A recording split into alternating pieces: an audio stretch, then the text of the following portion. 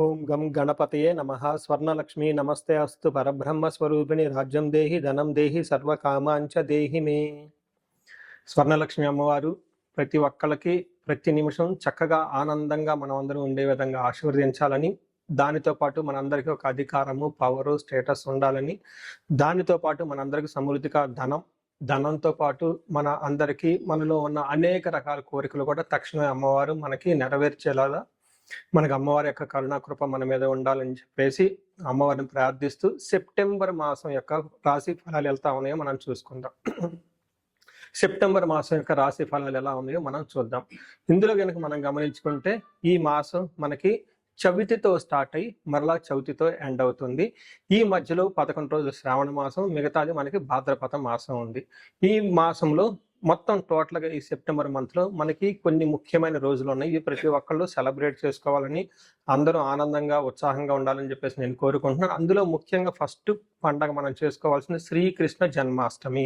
సెకండ్ది పోలాల అమావాస్య. అంటే అది చాలా చాలా ముఖ్యమైన పండుగ. అమ్మవారు చాలా ఈజీగా మనందరికీ ఈజీగా వరాలు ఇచ్చే అమ్మవారిని మనం చెప్పుకోవాలి. ఎవరికైతే పిల్లలు చనిపోతూ ఉన్నారో, పిల్లలు సరిగ్గా ఎదగటం లేదో, ధనం మన ఇంట్లో ఉండటం లేదో, ఈ పండగ జరుపుకోవాలి, ఈ పోలాల అమావాస్య అని చెప్పేసి నేను కోరుకుంటున్నాను. తర్వాత మనకి భాద్రపద మాసం స్టార్ట్ అవుతుంటే మనకి వినాయక చవితి స్టార్ట్ అవుతుంటుంది. దాని తర్వాత ఇంకొకటి ముఖ్యమైన విషయం ఏంటంటే అందరూ గమనించుకోవాల్సింది, మనకి పితృపక్షాలు స్టార్ట్ అవుతున్నాయి. వీటిని మహాలయ పక్షాలు అంటారు. ఇది 27వ తారీఖు నుంచి స్టార్ట్ అవుతుంది. ఈ పితృపక్షాలు ముఖ్యంగా ఎవరైతే అధికారం రాకుండా, ప్రమోషన్స్ రాకుండా, ఉద్యోగంలో ఆటంకాలు పడుతుందా, తల్లికి పిల్లలకి మధ్య గొడవలు వస్తూ ఉన్నాయా, ఎవరైతే లైఫ్లో స్టాగ్నేటెడ్గా గ్రోత్ లేకుండా ఉన్నారో, మీ ఇండివిజువల్ జాతకంలో పితృదోషం ఉన్నా, కాలసర్ప దోషం ఉన్నా, త్రిపిండి దోషం ఉన్నా కానీ ఇలాంటి వాళ్ళు ముఖ్యంగా ఈ యొక్క పితృపక్షాల సమయాన్ని సద్వినియోగం చేసుకొని పితృదేవతలకు ఆశీర్వాదం తీసుకొని తద్వారా మీ పిల్లలకి శ్రేయస్సుకు ప్లస్ వారికి సరిపడిన ధనం అంతా మీకు రావాలని చెప్పేసి నేను కోరుకుంటున్నాను. అందుకని పితృపక్షాలను ప్రతి ఒక్కళ్ళు సెలబ్రేట్ చేసుకోవాలని చెప్పేసి నేను కోరుకుంటున్నాను. ఇవి అంతా ఒక ఎత్తు అయితే, జ్యోతిష శాస్త్రంలో మనకి సెప్టెంబర్ మంత్లో 4 గ్రహాలు మారుతూ ఉన్నాయండి. ఈ 4 గ్రహాల యొక్క ప్రభావం 12 రాసుల వారికి ఎలా ఉందో మనం చూద్దాం.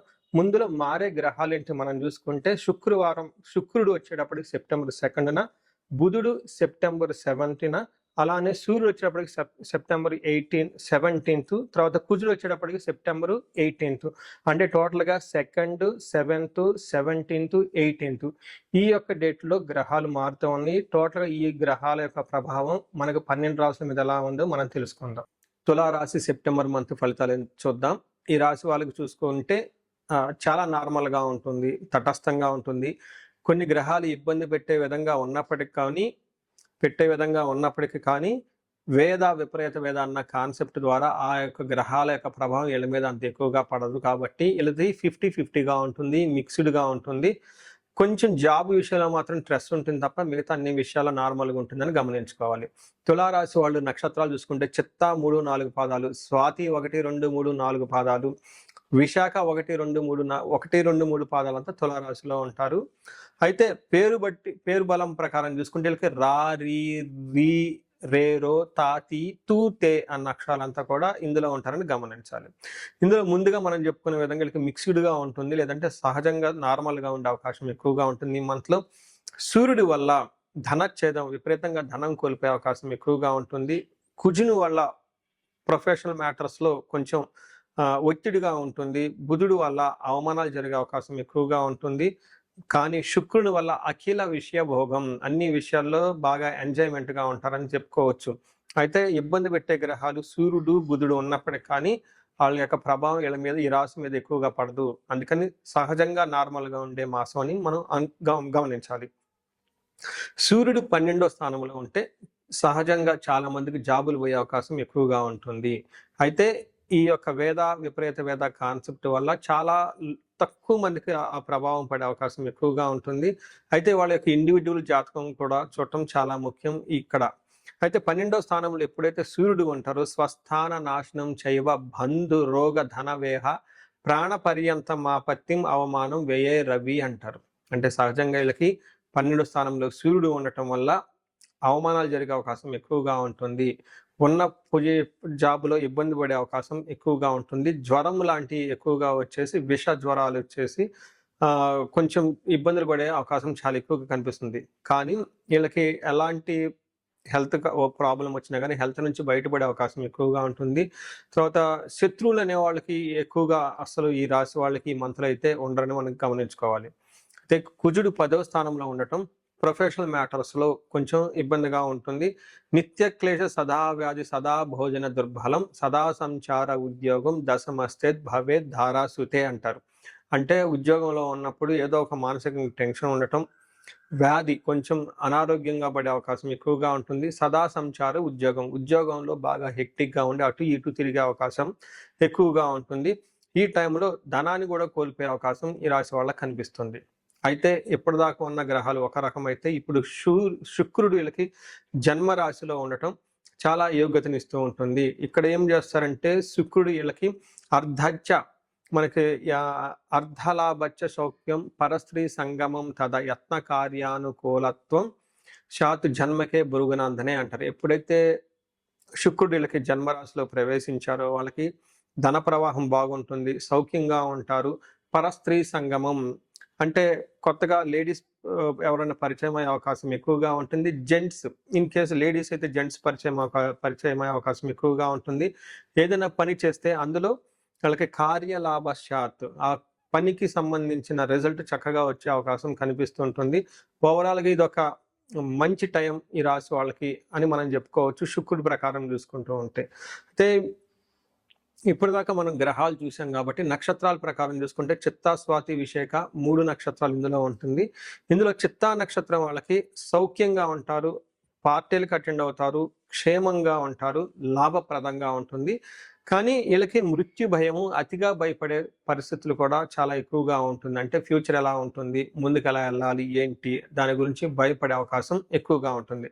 స్వాతి నక్షత్రం వాళ్ళకి చాలా బాగుంటుంది. ఇందులో లాభప్రదంగా ఉంటుంది, సంపదలు ఉంటుంది, సౌఖ్యంగా ఉంటుంది, మృష్టాన్న భోజనం ఉంటుంది. అయితే వీళ్ళు కూడాను అతిగా భయపడే అవకాశం చాలా ఎక్కువగా కనిపిస్తుంటుంది. నెక్స్ట్ విశాఖ నక్షత్రం గమనించుకుంటే వీళ్ళకి అతిగా భయపడే అవకాశం ఎక్కువగా ఉంటుంది, కానీ సౌఖ్యంగా ఉంటారు, కంఫర్టబుల్గా ఉంటారు. విశాఖ నక్షత్రం వాళ్ళకి లాభప్రదంగా కూడా ఉంటుంది, కానీ వీళ్ళకి దేహ పీడనము, అతి భయము, నాశనము చూపిస్తుంది. అంటే వీళ్ళు ఏదో ఒక రీజన్తో అనుకున్న పని కాకుండా ఆగిపోయే అవకాశం ఎక్కువగా ఉంటుంది. తద్వారా భయానికి గురే అవకాశం ఎక్కువగా ఉంటుంది. హెల్త్ కూడా కొంచెం డిస్టర్బ్ అయ్యే అవకాశం ఎక్కువగా ఉంది. సో విశాఖ నక్షత్రం వాళ్ళు కొంచెం కేర్ఫుల్గా ఉండటం ఎంతైనా అవసరం. నక్షత్రాలు పెట్టి చూసుకుంటే విశాఖ నక్షత్రం వాళ్ళకి కొంచెం మానసికంగా టెన్షన్ ఎక్కువ, తర్వాత ఈగో క్లాషెస్ కూడా వచ్చే అవకాశం కనిపిస్తూ ఉంటుంది. విశాఖ నక్షత్రం వాళ్ళకి చిత్తా స్వాతి నక్షత్రం వాళ్ళకి పశునాశనం, కార్యనాశనం అని చూపిస్తూ ఉంటుంది. ఎవరైనా పశువులు అగ్రికల్చర్ రిలేటెడ్ ఎవరైనా ఉంటే వాళ్ళకి కొంచెం జాగ్రత్తగా ఉండటం అవసరం. అలానే స్వాతి నక్షత్రం వాళ్ళకి అనుకున్న పనుల్లో ఆటంకాలతో అనుకున్న పనులు జరిగే అవకాశం చాలా ఎక్కువగా కనిపిస్తుంది. సో చూసారు కదండి, ఈ రాశి వాళ్ళకి తులారాశి వాళ్ళకి కొంచెం మిక్స్డ్గా ఉంది, నార్మల్గా ఉంది. జాబ్ విషయంలో మాత్రం కొంచెం స్ట్రెస్ ఎక్కువగా ఉండే అవకాశం కనిపిస్తుంటుంది. సో మీరు పరిహారాలు చూసుకుంటే ఈ రాశి వారికి ఎక్కువగా కుజుడికి సంబంధించిన పరిహారాల్లో ఆంజనేయ స్వామిని మంగళవారం ధ్యానం చేయటం, సుబ్రహ్మణ్య అష్టకం లేదంటే సుబ్రహ్మణ్య ఆరాధన చేయటం, సూర్యుడికి చక్కగా ఆర్ఘ్యం ఇవ్వటము, సూర్య నమస్కారాలు చేయటము, ఫాదర్లు లేదంటే బాసులు లాంటి వాళ్ళతో చాలా వినమ్రంగా ఉండటం, వాళ్ళు చెప్పిన వర్డ్స్ని చాలా పాజిటివ్గా తీసుకొని ముందుకెళ్ళటం చాలా ఇంపార్టెంట్. సో చూశారు కదండి, ఈ రాశి వాళ్ళకి ఇంకా సహజంగా బాగుంది కాబట్టి ఇంకా మెరుగైన ఫలితాల గురించి మహాన్యాసపూర్వక ఏకాదశ రుద్రాభిషేకం చేయించుకున్న చాలా చక్కగా కలిసి వస్తుంది. భార్యాభర్తలకు మధ్య అన్యోన్య దాంపత్య పాశుపత అభిషేకం చేయించుకున్న చాలా చక్కగా ఉంటుంది. ఈ రాశి వారికి అష్టైశ్వర్యాలు కలగాలని, భోగభాగ్యాలు కలగాలని చెప్పేసి కోరుకుంటున్నాను. నమస్కారం. చూశారు కదండి, ఇప్పటిదాకా మీ రాశి వారికి ఎలా ఉందో ఇది గోచార రీత్యా మాత్రమే చెప్పడం జరుగుతుంది. దీన్ని మీకు 30 to 40% మాత్రమే అప్లై అవుతుంది. మిగతాది మీ ఇండివిజువల్ జాతకం కనుక చూస్తే అందులో కరెక్ట్గా యాక్యురేట్గా వస్తుంది. ఇండివిజువల్ జాతకంలో చక్కగా దశాభుక్తులు ఉంటే మంచి రిజల్ట్ ఇస్తుంటే ఇవి బాగుంటే అంతా బాగుంటుంది. ఇన్ కేసు ఇండివిజువల్ దశాభుక్తుల్లో సరైన రిజల్ట్ లేకుండా ఉంటే మీ జాతకం వ్యక్తిగత జాతకం సరిగా లేకుండా ఉంటే ఇవి వాటికి యాడ్ అయ్యి దానికి తద్వారా బేజులు చేసుకొని కరెక్ట్గా రిజల్ట్ అయితే వస్తుంది. మీ ఇండివిడ్యువల్గా జాతకం చూపించుకోవాలనుకుంటే ఈ స్క్రీన్ మీద కనిపిస్తున్న నెంబర్ ద్వారా మీరు నన్ను కనెక్ట్ అవ్వచ్చు. అంతేకాకుండా నేను ఒక రీసెర్చ్ చేస్తున్నాను. అంటే దాదాపు మిడ్ లైఫ్ క్రైసిస్ అంటూ ఉంటారనమాట. అంటే 40 ఇయర్స్ నుండి +/- 5 ఇయర్స్, అంటే 35-45, ఈవెన్ 48, 50 వరకు ఈ మధ్యలో ఏజ్ ఉండి వాళ్ళకి సక్సెస్ఫుల్గా ఒక 10-15 ఇయర్స్ కెరీర్ ట్రాక్ రికార్డు ఉండి బాగా చదువుకోనుండి అన్ని విధాల చక్కగా లైఫ్లో ఒక బాణంలాగా దూసుకొని వచ్చి, కానీ ఈ టైంలో మీరు ఇబ్బంది పడుతూ ఉంటే, సడన్గా జాబ్ లేకపోవటం, సడన్గా బిజినెస్ లేకపోవటం, సడన్గా లైఫ్లో గ్రోత్ లేకపోవటం, చాలా కన్ఫ్యూజ్డ్ అయిన పొజిషన్లో కనుక ఉంటే, దీనిని జనరల్గా మనకి మిడ్ లైఫ్ క్రైసిస్ అని చెప్పేసి హార్మోనల్ ఇంబ్యాలెన్స్ అని చెప్తూ ఉంటారు. బట్ జ్యోతిష శాస్త్రంలో దీనికి చాలా చక్కటి పరిష్కారం ఉంటుందండి. మీకు జాతకంలో ఏమైనా శాపాలున్నా, రుణాలున్నా, గ్రహ దోషాలున్నా, కాలసర్ప దోషాలు లాంటి కఠినమైన దోషాలుంటే ఈ టైంలో యాక్టివేట్ అయ్యే అవకాశం ఎక్కువగా ఉంటుంది. దీనికి ఇండివిడ్యువల్గా జాతకం చూపించుకొని అది మీరు కెరియర్కి గ్రాప్ రావటానికి, లేదంటే మీరు లైఫ్లో ఇలా స్టాగ్నెట్గా ఆగిపోవటానికి గల కారణాలు ఏంటో తెలుసుకొని చక్కగా పరిష్కారాలు చేసుకుంటే లైఫ్ 10 రెట్లు ముందుకెళ్ళే అవకాశం ఎంతైనా ఉంటుంది. ఇదే కాకుండా నేను ప్రాబ్లమ్ స్పెసిఫిక్గా కూడా చాలా హోమాలు అవన్నీ చేపిస్తూ ఉంటాను. అన్యోన్య దాంపత్య గురించి, అన్యోన్య దాంపత్య పాశుపతాభిషేకం. ఇప్పుడు ఈ మంత్లో మనకి ఫస్ట్ 11 డేస్ ఇంకా శ్రావణ మాసం ఉంది కాబట్టి శ్రావణ మాసాన్ని పురస్కరించుకొని స్వర్ణలక్ష్మి విశేష హోమం చేయించడం జరుగుతుంది. ఇది ప్రతి ఒక్కరు చేయించుకోవాలని చెప్పేసి నేను కోరుకుంటున్నాను. ఎక్కడైనా మీకు ధనం రాకపోయినా, వచ్చిన ధనం నిలబడకపోయినా, అసలు ఆదాయ వనరులు మీకు ఇన్కమ్ సోర్స్ లేకపోయినా, లేదంటే విపరీతమైన అప్పుల బాధలు ఉన్నా, లేదంటే మీరు ఇచ్చిన అప్పులు తిరిగి రాకపోయినా కానీ ఈ టైంలో చక్కగా స్వర్ణలక్ష్మి విశేష హోమం చేయించుకోవాలని చెప్పేసి నేను కోరుకుంటున్నాను. ఇది సామూహికంగా చేయటం జరుగుతుంది. ఇప్పటిదాకా నేను హోమాలన్నీ 1-to-1 చేపించాను ఎక్కువగా, బట్ ఈసారి మాత్రం సామూహికంగా ఈ యొక్క హోమం చేయించడం జరుగుతుంది. ఈ అవకాశాన్ని సద్వినియోగం చేసుకొని ధన బాధల నుంచి, రుణ బాధల నుంచి బయటపడాలని చెప్పేసి నేను కోరుకుంటున్నా. అంతేకాకుండా ఎవరికైతే హెల్త్ బాగోలేకపోతే మృత్యుంజయ హోమం చేయించుకోవటము, భార్యాభర్తలకు ఇందాక మీరు చెప్పిన విధంగా విశ్వావసు గంధర్వరాజ హోమం చేయించుకోవటం, ఇలా మన్య పాశుపత అభిషేకం, చండీ హోమము, సుదర్శన హోమము, ఇలాంటి ఎన్ని హోమాలైనా కానీ మీరు ఎక్కడైనా కనుక లైఫ్లో ఆగిపోయినట్లు అనిపిస్తే మీ ప్రాబ్లమ్ స్పెసిఫిక్గా కూడా హోమాలు, పూజలు చేయించడం జరుగుతుంది.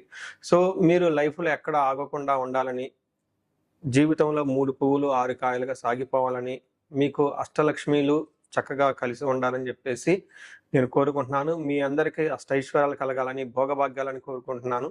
నమస్కారం.